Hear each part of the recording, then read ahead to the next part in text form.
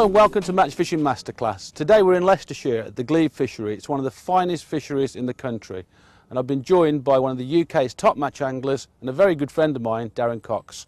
We're going to be looking at feeder fishing today, and specifically feeder fishing for carp. Let's go along and see how he's getting on.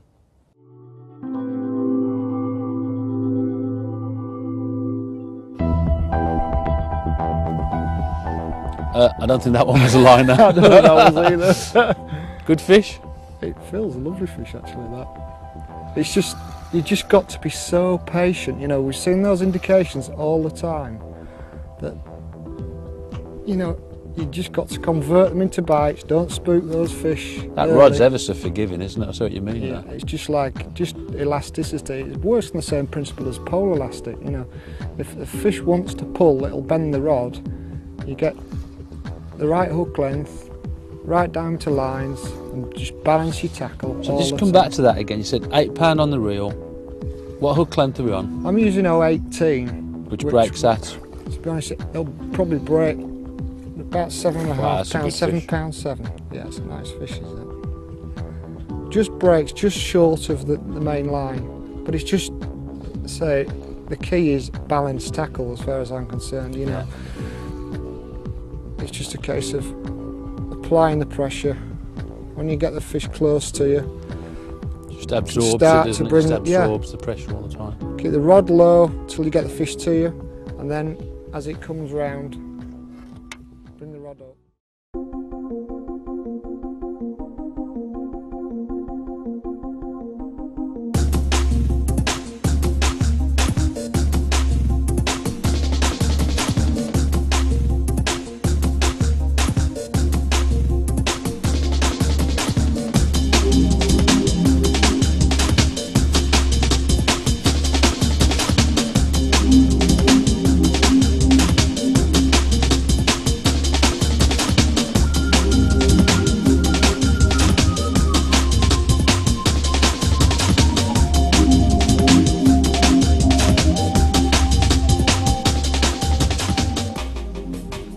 Hello and welcome again to Match Fishing Masterclass. Well, we've got a bright old day here today.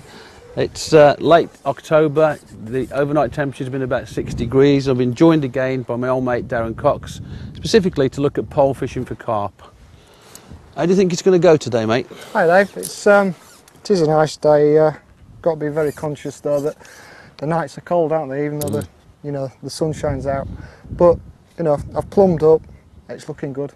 Sat on a nice bag, so I think we should catch some fish today. Let's have a look at your rigs first. Before you start fishing, we're looking at it today as a 5 hours or a practice session for a match. Yeah. Just take me through the rigs that you've set up. So well, what I've done is I've basically tried to find what I class as the maximum stable depth.